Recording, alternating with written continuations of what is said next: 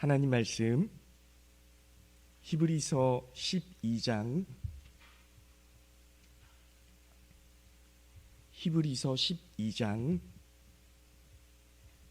1절부터 13절까지 말씀 보도록 하겠습니다.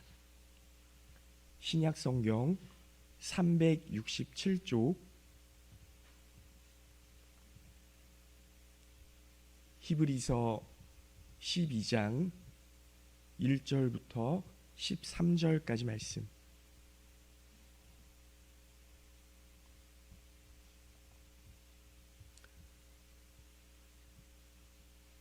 제가 봉독해서 읽도록 하겠습니다. 이러므로 우리에게 구름같이 둘러싼 허다한 증인들이 있으니 모든 무거운 것과 얽매이기 쉬운 죄를 벗어버리고 인내로서 우리 앞에 당한 경주를 하며 믿음의 주요 또 온전하게 하시는 이인 예수를 바라보자. 그는 그 앞에 있는 기쁨을 위하여 십자가를 참으사 부끄러움을 개의치 아니하시더니 하나님 보좌 우편에 앉으셨느니라. 너희가 피곤하여 낙심하지 않기 위하여 죄인들이 이같이 자기에게 거역한 일을 참으신 일을 생각하라. 너희가 죄와 싸우되 아직 피 흘리기까지는 대항하지 아니하고 또 아들들에게 권하는 것 같이 너희에게 권면하신 말씀도 잊었도다. 일러스되 내 아들아 주의 징계하심을 경히 여기지 말며 그에게 꾸지람을 받을 때에 낙심하지 말라. 주께서 그 사랑하시는 자를 징계하시고 그 받아들이시는 아들마다 채찍질하심이라 하였으니 너희가 참음은 징계를 받기 위함이라. 하나님이 아들과 같이 너희를 대우하시나니 어찌 아버지가 징계하지 않는 아들이 있으리요. 징계는 다 받는 것이거늘 너희에게 없으면 사생자요 친아들이 아니니라. 또 우리 육신의 아버지가 우리를 징계하여도 공경하였거든 하물며 모든 영의 아버지께 더욱 복종하며 살려 하지 않겠느냐. 그들은 잠시 자기의 뜻대로 우리를 징계하였거니와 오직 하나님은 우리의 유익을 위하여 그의 거룩하심에 참여하게 하시느니라. 무릇 징계가 당시에는 즐거워 보이지 않고 슬퍼 보이나 후에 그로 말미암아 연단받은 자들은 의와 평강의 열매를 맺느니라. 그러므로 피곤한 손과 연약한 무릎을 일으켜 세우고 13절 말씀 합독해서 읽겠습니다. 너희 발을 위하여 곧은 길을 만들어 저는 다리로 하여금 어그러지지 않고 고침을 받게 하라. 아멘. 할렐루야. 네, 오늘 예배에 나오신 우리 모든 성도님들 주님의 이름으로 환영하고 축복합니다. 하나님의 은혜와 사랑이 날마다 함께 하실 수 있기를 예수님의 이름으로 기도하겠습니다. 오늘 말씀의 제목이요, 믿음의 주 예수를 바라보자라는 제목입니다. 여러분, 믿음의 주라는 말씀은 우리가 가지고 있는 믿음의 대상, 우리가 믿는 예수님, 이걸 의미하는 거죠. 그러니까 쉽게 말하면 우리가 정말로 그리스도로 고백하는, 구원자로 고백하는 예수님을 바라보자, 이런 뜻이에요. 여러분, 히브리서는 누가 썼는지 명확하지가 않습니다. 바울 사도가 썼다는 말도 있고요. 그런데 아볼로가 썼는지 베드로가 썼는지 뭐 여러 가지 설이 있어서 밝혀지지가 않았어요. 누가 썼는지 모릅니다. 그런데 이 말씀을 받는 사람들은 명확해요. 누구냐 하면 유대인들이에요. 유대인들을 향해서 이 편지를 썼는데 바로 예수님을 그리스도로 믿고 고백하는 그 유대인들이거든요. 근데 여러분 아시다시피 유대인들이 예수님을 믿었습니까? 안 믿었습니까? 안 믿었어요. 유대인들 대부분이 예수님을 그리스도로 고백하지 않았어요. 근데 여러분, 진리를 누가 막을 수 있습니까? 하나님의 말씀이 전달되니까 그 복음이 유대인들의 마음을 파고들고 성령 하나님의 감동하심으로 그들의 마음 가운데 예수님을 그리스도로 고백하는 일들이 벌어지게 된 거죠. 그런데요, 문제는 다른 유대인들, 예수님을 받아들인 유대인들은 이제 예수님을 구원자로 그리스도로 고백하면서 자신의 신앙을, 자신의 믿음의 고백을 하나님께 두고 예수님께 두고 그렇게 살아가는데 받아들이지 않은 유대인들이 있는 거예요. 근데 이 유대인들이 로마와 결탁해서 이 믿는 그리스도인들을 핍박하고 어렵게 하는 거죠. 그래서 예수님을 믿는 유대인들이요, 이 핍박과 고난을 견디다가 결국에는 믿음을 포기하고 예수 그리스도를 등지고 그렇게 살아가기 시작을 하는 겁니다. 믿음을 포기하는 현상들이 나타나기 시작한 거예요. 그래서 히브리서는 이들에게 이 믿음을 포기하지 마십시오. 믿음의 주이신 예수 그리스도를 바라봅시다. 그렇게 이야기하는 거죠. 어떤 내용인지 아시겠죠? 여러분, 우리도 역시 예수님을 그리스도로 고백하는 사람들 아닙니까? 그렇게 고백하시죠? 네. 그런데 교회를 다니면서 개인적으로 손가락질 당하거나 뭐 내가 예수님을 믿는다고 교회를 다닌다고 핍박당하는 일은 사실 없어요. 그렇지 않습니까? 다만 교회를 다니는 사람들 중에 일부가 잘못된 행동을 하거나 비양심적인 일들을 하거나 하나님의 영광을 가리우는 일들을 해서 다른 사람들이 아유, 교회 다니는 사람들 저럴 줄 알았어, 또 저럴 줄 알았어, 이렇게 손가락질 당한 일이 생겨나는 거예요. 여러분, 이런 일들은 사실 성도들과 목사들, 목회자들이 기도해야 될 일 아닙니까? 올바른 믿음을 갖지 못했던 것이고, 또 신앙생활의 목적이 확실하지 않았던 것이고, 또 그리스도인들에 대한 예수님에 대한 이해가 부족했기 때문에 이런 현상들이 나타날 수밖에 없었던 거죠. 사랑하는 성도 여러분, 오늘 말씀을 함께 묵상하시면서 정말 믿음의 주이신 예수 그리스도를 바라보는 일들이 어떤 믿음으로 살아가는 일인가, 어떤 신앙을 우리가 품는 것인가, 예수님을 바라보는 것이 과연 무엇인가, 거기에 대해서 함께 생각해 보시고 올바른 믿음으로 승리하시는 우리 모든 성도님들 되시기를 예수님의 이름으로 축원합니다. 첫 번째로 예수님을 바라보자라는 일들, 예수님을 바라보아야만 하는 이유들, 그 이유는 구름같이 허다한 예수의 증인들이 있기 때문이다, 이렇게 말씀하세요. 구름같이 허다한 예수의 증인들이 있다. 여러분, 그런데요, 예수님의 증인들, 예수님을 경험한 사람들이라고 우리가 흔히 생각하는데 예수님의 증인들이 정말 구름같이 허다합니까? 허다할까요? 한번 보세요. 우리 주변을 보십시오. 정말 예수님이 살아계시다, 예수님이 나의 죄를 위해 십자가에 못 박히셨다, 이 증인들이 정말 그렇게 구름같이 허다할까? 큰 교회는요, 아이고 그렇지, 우리 주변에 이렇게 믿음의 사람들이 많은데 그렇게 생각할 수 있어요. 그런데 여러분, 전 세계적으로 보면 그리스도인들, 뭐 카톨릭과 개신교를 포함해서 그렇게 퍼센테이지가 높지가 않아요. 그렇지 않습니까? 이걸 구름같이 허다하다고 이야기할 수 없어요. 여러분 보세요. 법정에서 증인은 굉장히 많은 역할을 하죠. 증거 물품이 없어도 증인이 여러 사람이 있으면 그 법정에서 증인들이 여러 명이 있으면 이길 수 있어요. 판정에 굉장히 유리합니다. 그런데 오늘 말씀은 예수님의 증인들이 한두 사람들이 아니라 구름같이 허다하다는 거예요. 이게 성경에 나와 있는 믿음의 선진들을 이야기하는 것일까? 정말 2000년의 그 기독교 역사 속에서 정말 예수님을 믿고 의지하고 예수님을 그리스도로 고백하는 증인들을 이야기하는 것일까? 그게 아니라는 거예요. 이게 그 정도로 구름같이 허다하다고 이야기할 수 없다는 거죠. 이 말씀은 우리 주변에 있는 모든 사람들이 예수 그리스도의 증인이다. 심지어 믿지 아니하는 사람들까지도 예수님의 증인이다, 이렇게 봐야만 된다는 거예요. 왜 그런지에 대해서 설명을 해드릴게요. 예를 들어서 어떤 경기가 있어요. 운동 경기가 뭐 야구 경기든 축구 경기든 농구 경기든 경기에는 관중들이 있잖아요. 관중들. 근데 이 관중들이 증인이라는 거예요. 증인.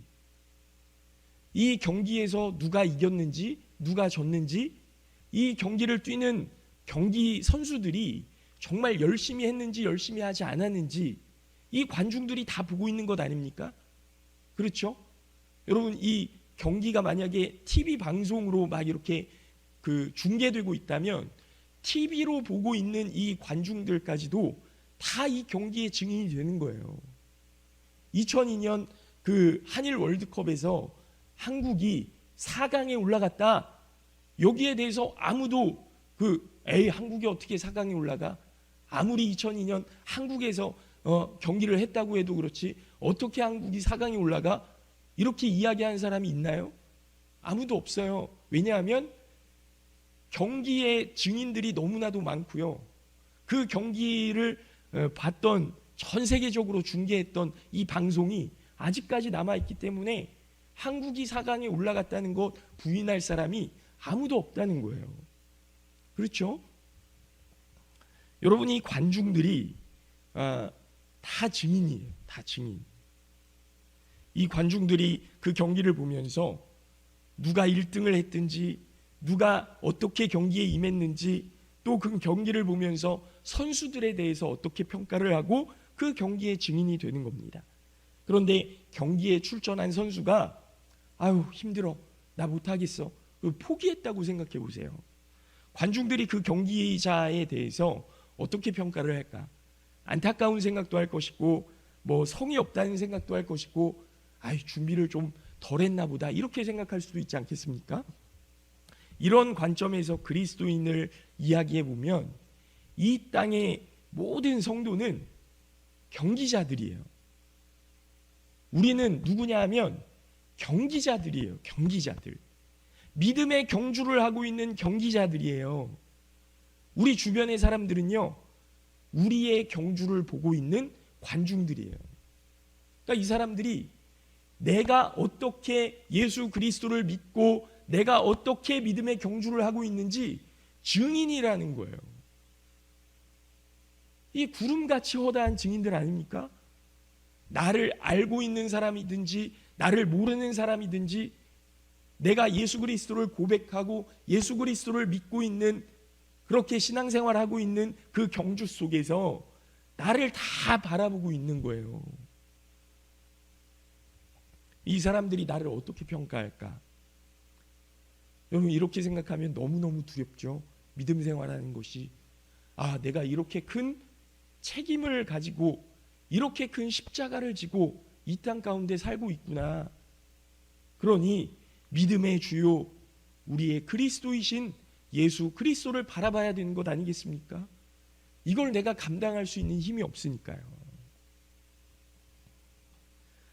여러분, 이 성도가 믿음의 경주를 하다가 포기했다고 생각해 보세요. 그 성도는 더 이상 그리스도인이 아닌 것 아닙니까? 경주를 포기했으니까요. 반면에 어느 성도가 힘들지만 경기를 포기하지 않고 꼴찌를 하더라도 최선을 다해서 그 믿음의 경주를 다 달렸다라고 생각하면 그 경기자의 주변에서 그 경기자를 보고 있던 다른 사람들의 판단은 각기 다를 수 있어요. 하지만 그 경기자의 삶을 함께한 사람들은 그 믿음의 경주의 증인들이 다 되는 거예요. 저 사람 끝까지 해냈어. 저 사람 끝까지 걸었어. 포기하지 않았어. 여러분, 초대교회 시대에 너무나 가혹한 핍박은 그리스도인들에게 믿음을 포기하도록 강요했어요. 너 포기하면 살려줄게. 주기철 목사님, 예수 그리스도를 부인하면 당신 살 수 있어. 일본 군사들이 그렇게, 경찰들이 그렇게 핍박했잖아요. 하지만 끝까지 달려서 그리스도인으로서의 신분과 믿음을 지키고 싶은데 그 과정이 너무나 힘들고 고통스럽고 두려운 겁니다. 예수님을 믿는다는 이유로 재산을 뺏기고 가족들이 위협을 당하고 심지어는 내 목숨까지도 내놔야 하는 상황들이니까요. 그런데 그 가운데 수많은 관중들이 지켜보고 있는 거예요. 경기하는 사람들은 관중의 영향을 굉장히 많이 받지 않습니까? 아주 잘하는 선수도 관중들이 우하고 막 야유하면 그 컨디션을 제대로 발휘할 수가 없어요.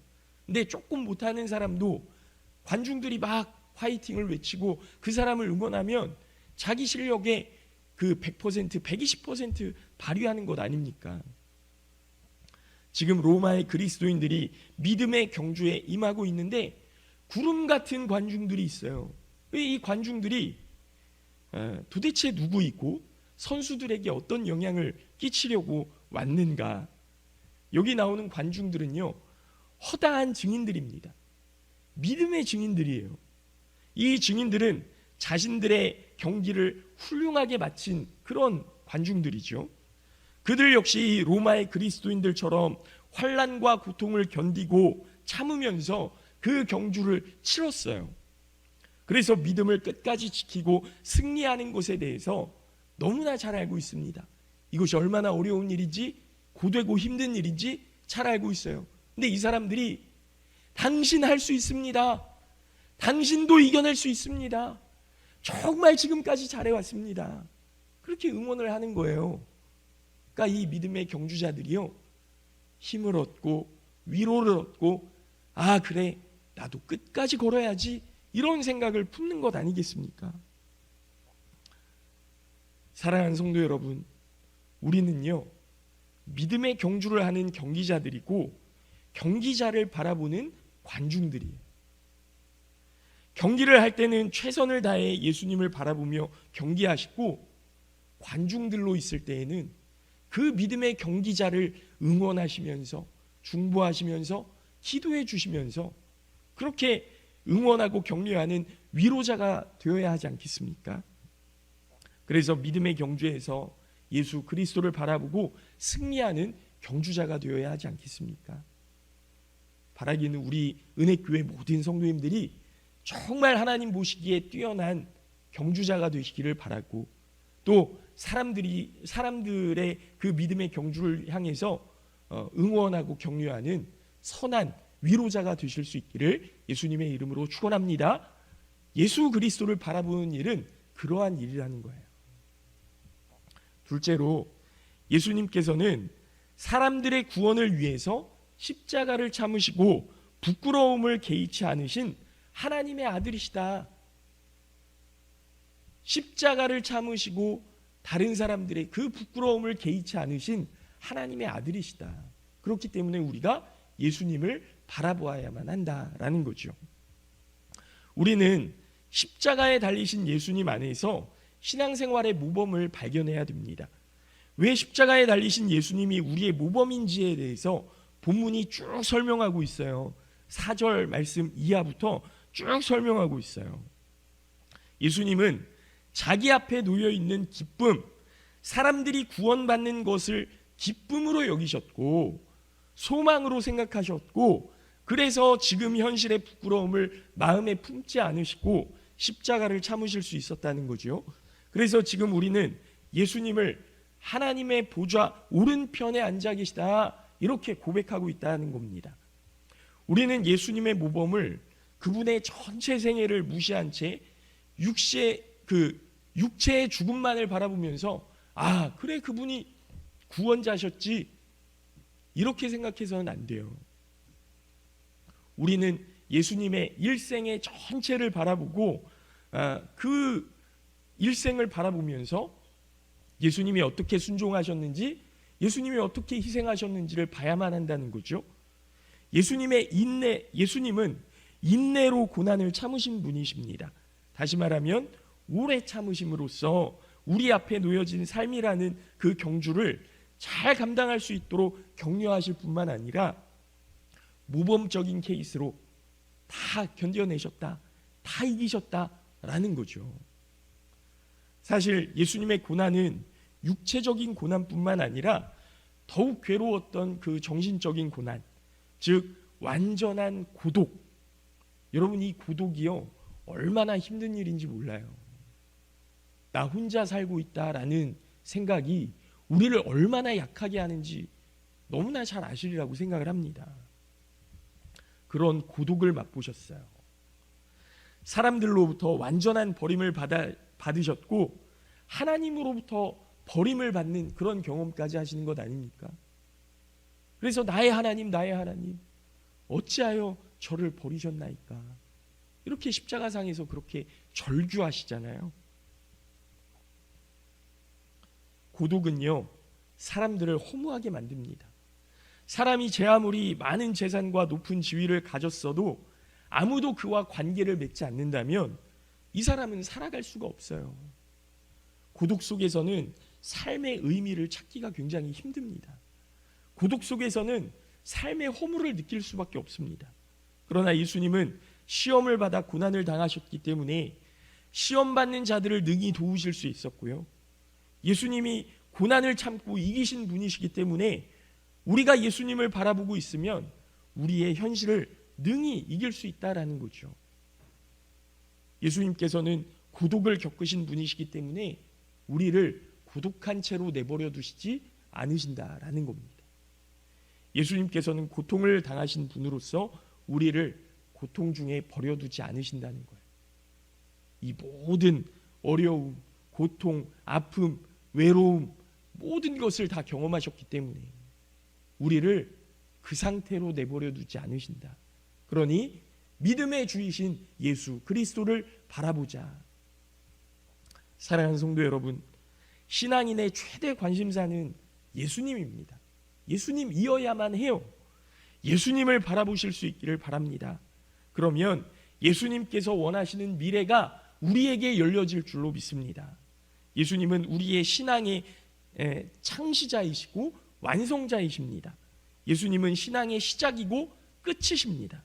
우리를 불신앙으로 유혹하는 세상의 잡다한 소리에 귀 기울이지 마시고 오직 예수님을 바라보시고 현실을 이기실 수 있는 우리 모든 성도님들 되시기를 예수님의 이름으로 축원합니다. 마지막으로 우리가 받는 징계가 하나님께서 우리를 아들과 같이 생각하시는 징계라는 거예요. 우리를 아들처럼 생각하시기 때문에 우리에게 징계를 주시는 것이다. 이렇게 말씀하시는 겁니다. 유익을 주는 징계라는 거예요. 여러분, 본문은 징계가 즐거운 것이지만 당시에는 즐거운 것처럼 보이지 않는데요. 그렇죠. 누가 징계를 즐거워할 수 있겠습니까?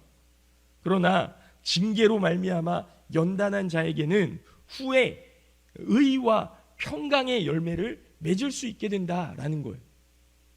우리가 그 징계를, 그 연단을 잘 견뎌내면 의와 평강의 열매를 맺게 된다. 여러분, 이 말에 얼마나 공감하실지는 잘 모르겠어요. 징계당하는 사람한테 이런 이야기하면요, 아유, 뜬구름 잡는 소리 하고 있어, 나 힘들어 죽겠어, 쓸데없는 소리 하지 말고 집에나 가, 이렇게 이야기할지 몰라요. 그런데요, 세상의 관심이요, 의와 평강의 열매에 있지 않기 때문에 그렇습니다. 세상의 관심은 지금 내 눈앞에 있는 유익에 있기 때문이에요. 근데 그게 전부입니까? 그렇지 않다고요. 사람들은 지금 당장의 기쁨이 되고 유익이 되는 것을 추구하지, 그래서 하나님의 징계에 감춰져 있는 즐거움을 보지 못하고 지금 나에게 닥친 이 어려움을 그냥 슬픔으로만, 아픔으로만 생각하는 거죠. 그러나 하나님은 징계를 통해 우리를 바른 길로 인도하십니다. 세상은 모두가 진리가 아닌 자신을 위해 살아가는 굽은 길을 가고 있는데, 이러한 세상에서 자기 백성을 택하셔서 진리의 길을 가도록, 곧은 길을 가도록 정말 그렇게 하나님께서 인도해 가시는 거예요. 그래서 하나님의 길을 소망하는 성도라면 하나님의 징계를 유익으로 생각할 수밖에 없고, 징계로 말미암아 맺어지는 의의 평강의 열매로 인해 즐거워할 수 있다, 이렇게 말씀하는 거죠. 여러분, 신앙은 우리를 편한 인생길로 가게 하지 않습니다. 오히려 징계를 동원해서 세상을 향한 소망이 헛됨을 알게 하시고 천국을 바라보게 하시는 거예요. 그래서 성도는 고난과 징계 속에서도 하나님의 뜻을 바라보게 되는 거죠. 세상은 믿음을 동원해서 자신의 고생을 덜어보려고 애를 씁니다. 하나님 이거 해주세요. 저것도 해주세요. 이거 다 저한테 주세요. 여러분 이건 우리의 욕심이죠. 그러나 하나님은 그 모든 것을 다 주시기 위해서 광야 40년도 견디게 하시고 10가지 재앙도 견디게 하시고 광야의 어려움도 견디게 하시는 거예요. 그러나 거기에 뭐가 있습니까? 구원의 길이 있고요. 하늘이 무너져도 솟아날 구멍을 만들고 계시고요. 불기둥과 구름기둥으로 해를 가리시고 그 추위도 견디게 하시는 것 아닙니까? 그러나 하나님을 생각하지 못하는 사람들은 이 모든 것이 안중에 없어요. 지금 나에게 있는 어려움에만 그냥 집착하고 하나님 안 계신가 봐. 나한테 이런 어려움 오는 거 보면 하나님은 안 계시는가 봐. 이렇게 믿음의 경주를 포기하는 거죠. 여러분, 성도는 하나님의 징계로 말미암아 나 같은 자를 버리지 않으셨고 징계로서 인도하시는 사랑을 깨달음으로써 기뻐하고 감사하는 사람들이라는 사실을 여러분 믿으시기 바랍니다. 성도는 이 징계를 기뻐하는 사람들이라는 거예요. 하나님의 사람이라면 나 같은 자를 그냥 내버려 두지 않으시고 징계하시는구나. 나를 구원하시려고 하나님께서 나에게 이런 징계를 주시는구나. 그렇게 이 징계를 견뎌내고 믿음의 경주를 포기하지 않고 끝까지 순종할 수 있는 사람이라는 거죠. 그리고 그 안에서 기쁨을 누리는 사람들이다. 이 기쁨을 맛보게 될 때 세상이 제공하는 기쁨이라는 것들이 결국에는 허무한 것이고 나를 즐겁게 하는 것이 아님을 깨닫게 되는 거죠. 신앙을 고생을 피하기 위한 것으로만 여긴다면 사도들은 참으로 바보 같은 사람들 아닙니까? 특히 사도 바울은 예수 그리스도로 인해 많은 고생을 한 사람인데요. 그런데 바울이 자신의 고생을 부끄러워했습니까? 예수님을 원망했습니까? 그렇지 않죠.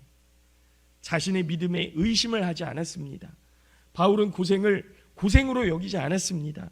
왜냐하면 예수 그리스도가 내 삶의 가장 큰 기쁨이었기 때문에.